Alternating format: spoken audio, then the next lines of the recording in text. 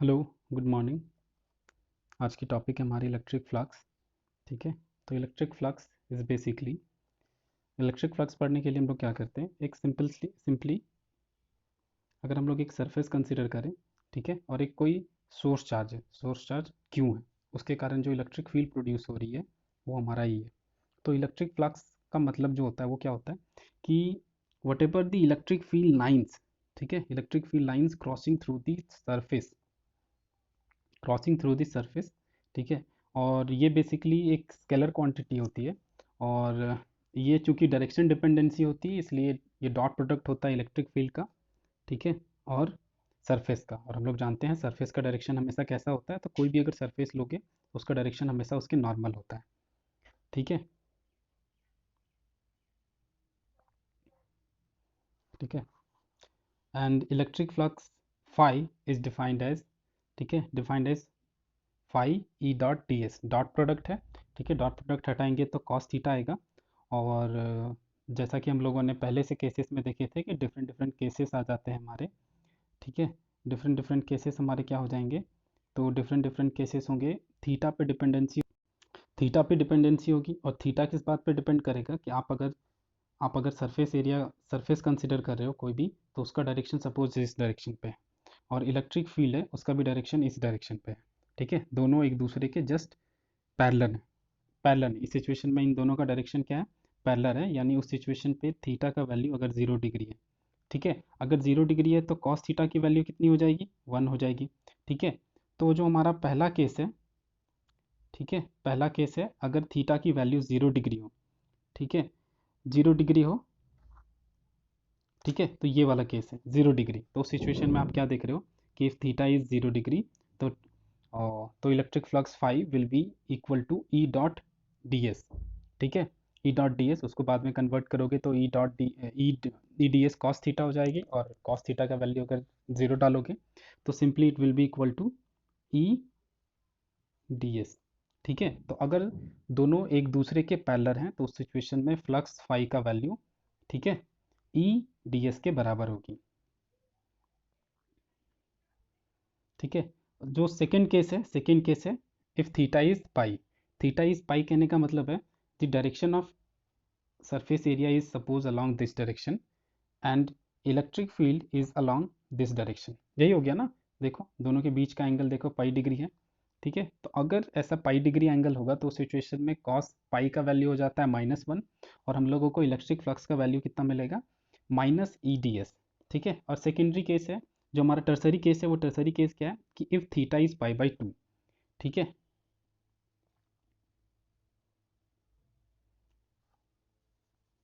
If theta is पाई/2, पाई/2 कहने का मतलब हुआ कि if this one is surface, surface का डायरेक्शन अगर इस अलॉन्ग में है, पाई/2 कब होगा, जब इलेक्ट्रिक फील्ड का डायरेक्शन इस डायरेक्शन पे होगा। देखो ये और ये एक दूसरे के परपेंडिकुलर है, तो उस सिचुएशन में हम लोग क्या देख रहे हैं कि कोई भी इलेक्ट्रिक फील्ड लाइंस, देखो इलेक्ट्रिक फील्ड लाइंस तो इधर जा रही है, कोई भी इलेक्ट्रिक फील्ड लाइन सरफेस के साइड जा रही है, नहीं जा रही है, ठीक है। तो सिचुएशन में क्या होगा कि इलेक्ट्रिक फील्ड का स्ट्रेंथ का वैल्यू पूछा जाए आपको, तो इसके अंदर, इस पर्टिकुलर सरफेस के अंदर आप क्या बोलोगे कि 0 है। और मैथमेटिकली भी हमारा देखो, ठीक है, मैग्नेट इलेक्ट्रिक फ्लक्स हमारा कितना आ रहा है, 0 आ रहा है, ठीक है। और चूंकि डॉट प्रोडक्ट है, ठीक है, चूंकि डॉट प्रोडक्ट है हमारा फ्लक्स, तो उससे ये बात तो क्लियर ही हो जा रहा है कि electric flux is a scalar quantity, ठीक है। And it's also uses the addition property, addition property कहने का मतलब है कि, एडिशन प्रॉपर्टी कहने का मतलब है कि suppose suppose electric field E1 इस डायरेक्शन पे था, ठीक है, E2 इस डायरेक्शन पे था, तो उस सिचुएशन पे जो नेट इलेक्ट्रिक फील्ड हो जाएगा वो E हमारा हो जाएगा E1 प्लस E2 के बराबर हो जाएगा, ओके। ओके। तो सिंपली हम लोग डिपेंडिंग अपॉन थीटा, थीटा के केसेस को अलग अलग केसेस को कंसिडर करके कि अगर थीटा का वैल्यू 0 हो, पाई हो, पाई/2 हो, ठीक है, इन केसेस को कंसिडर करके हम लोग फाइंड कर सकते हैं कि फाई की वैल्यू, इलेक्ट्रिक फ्लक्स की वैल्यू क्या होगी, ठीक है। अब आते हैं इलेक्ट्रिक डाइपोल, ठीक है। अब आते हैं इलेक्ट्रिक डाइपोल। तो इलेक्ट्रिक डाइपोल्स क्या होता है? तो electric dipole basically arrangement of charge होता है। और अरेंजमेंट कैसे होता है? तो जब दो इक्वल और अपोजिट चार्जेस, ठीक है, इक्वल और अपोजिट चार्जेस मतलब कि एक पॉजिटिव चार्ज एक नेगेटिव चार्ज अगर कुछ डिस्टेंस से सेपरेटेड हो, तो इस पर्टिकुलर अरेंजमेंट को, ठीक है, इस पर्टिकुलर अरेंजमेंट को हम लोग क्या कहते हैं? डाइपोल कहते हैं। ओके, ठीक है। जैसे कि हमारा H2 एक डाइपोल हो सकता है। डाइपोल कैसे हो सकता है? H2 डाइपोल कैसे हो सकता है? तो H2 जो होता है हमारा, ठीक है, वो H2 का फॉर्मेशन कैसे होता है? तो H प्लस होता है और एक H नेगेटिव स्लाइटली माइनस होता है। तो यहाँ पे देखो, एक H plus is behaving like a positive charge, H minus is behaving like a negative charge, और इन दोनों के बीच कुछ सेपरेशन होता है। तो ये सिचुएशन हो गया एक डाइपोल का। तो इलेक्ट्रिक डाइपोल्स के कुछ एग्जांपल्स हो गए H2 plus, HCl, CH3, COOH, COOH, ठीक है।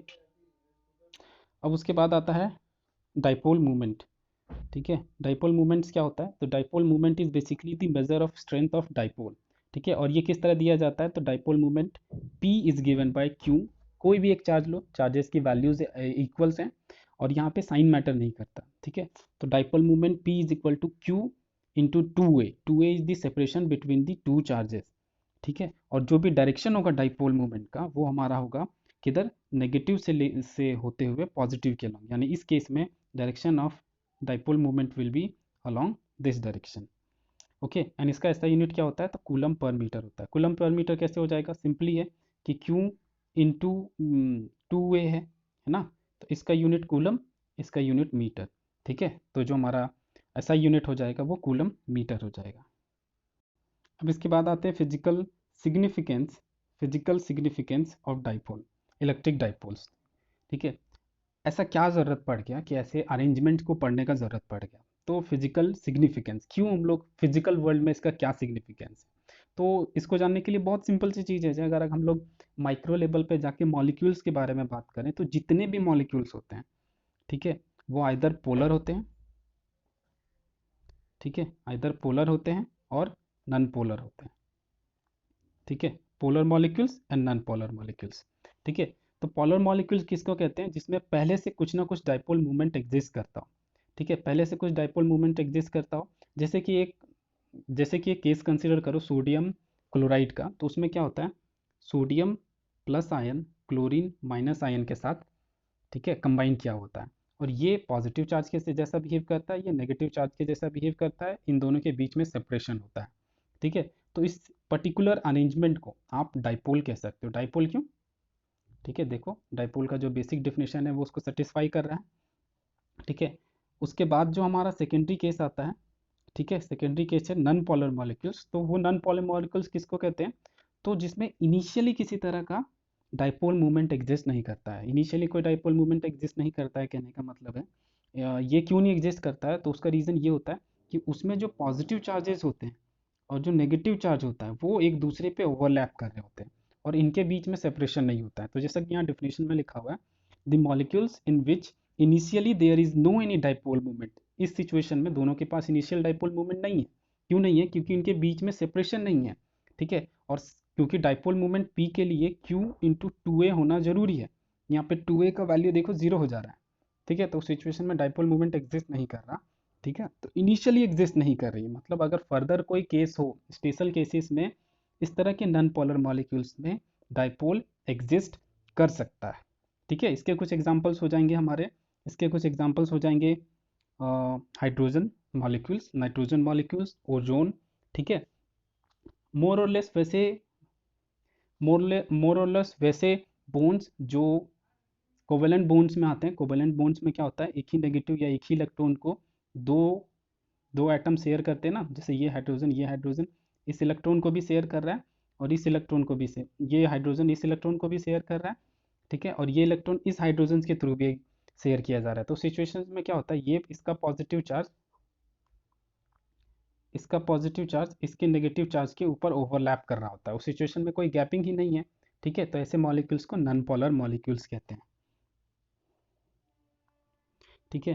तो चूंकि नेचर में ही पहले से ही डाइपोल्स एग्जिस्ट करते हैं, ठीक है, नेचर में पहले से डाइपोल एग्जिस्ट करते हैं, तो उस सिचुएशन में ये ज़रूरी है कि डाइपोल्स के बारे में हम लोग स्टडी करें, ठीक है। और इसीलिए डाइपोल्स, कुछ एक और प्रॉपर्टीज जो डाइपोल्स के होते हैं, वो डाइपोल्स क्या क्या होते हैं कि जो डाइपोल मूवमेंट्स होते हैं उसमें जो नेट इलेक्ट्रिक फील्ड होता है, ठीक है, वो जीरो नहीं होता है, पर जो नेट चार्ज होता है वो जीरो होता है। नेट चार्ज जीरो क्यों होता है? अगर आप एक सिस्टम कंसिडर कर रहे हो जहाँ पे equal and opposite charges exist कर रहे हैं, तो ये तो minus plus Q minus Q, इसकी वैल्यू कितनी हो जाएगी? जीरो। तो net charge is zero, but इनके कारण जो प्रोड्यूस इलेक्ट्रिक फील्ड है वो जीरो नहीं है, जैसा कि पॉइंट में मार्क किया हुआ है, ठीक है।